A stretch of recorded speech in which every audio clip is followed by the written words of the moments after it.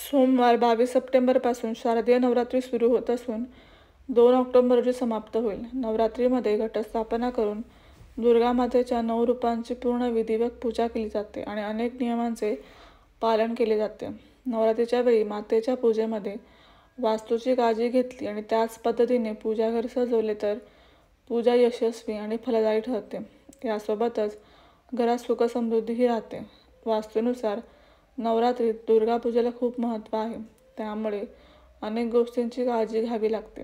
वास्तुशास्त्रानुसार नवरात्रीमध्ये दुर्गा पूजेची तयारी कशी करावी हे जाणून घेऊया. मुख्य दरवाजा असा सजवा.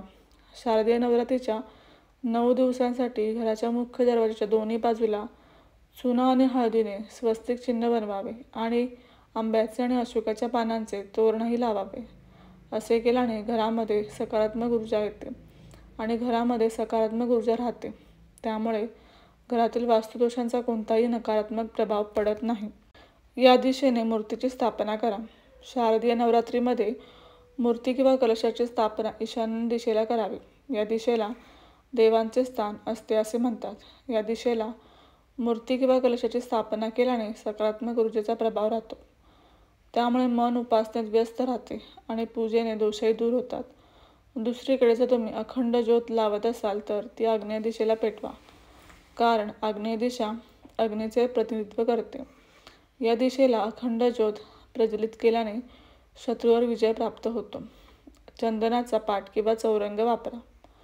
नवरात्रीमध्ये दुर्गेची मूर्ती किंवा कलश स्थापन करण्यासाठी चंदनाचा पाट वापरणे अत्यंत शुभ मानले जाते. चंदनाच्या पाटावर कलश आणि मूर्ती ठेवता येते. असे केल्याने वास्तुदोष कमी होतो आणि चंदनाच्या प्रभावामुळे मातेचे पूजन स्थान सकारात्मक ऊर्जेने भरलेले राहते. उपासकांचे मुख या दिशेला असावे. नवरात्रीमध्ये देवीची पूजा करताना लक्षात ठेवा की पूजेच्या वेळी तुमचे तोंड पूर्व किंवा उत्तर दिशेकडे असावे. पूर्व दिशा शक्ती आणि ऊर्जेचे प्रतीक मानली जाते आणि या दिशेला स्वामी सूर्यदेव आहे. वास्तूनुसार संध्याकाळच्या वेळी अखंड ज्योत पेटत राहणे आणि तुपाचा दिवा लावणे खूप शुभ राहील. असे केल्याने घरातील सदस्यांची कीर्ती वाढते. हा रंग वापरा.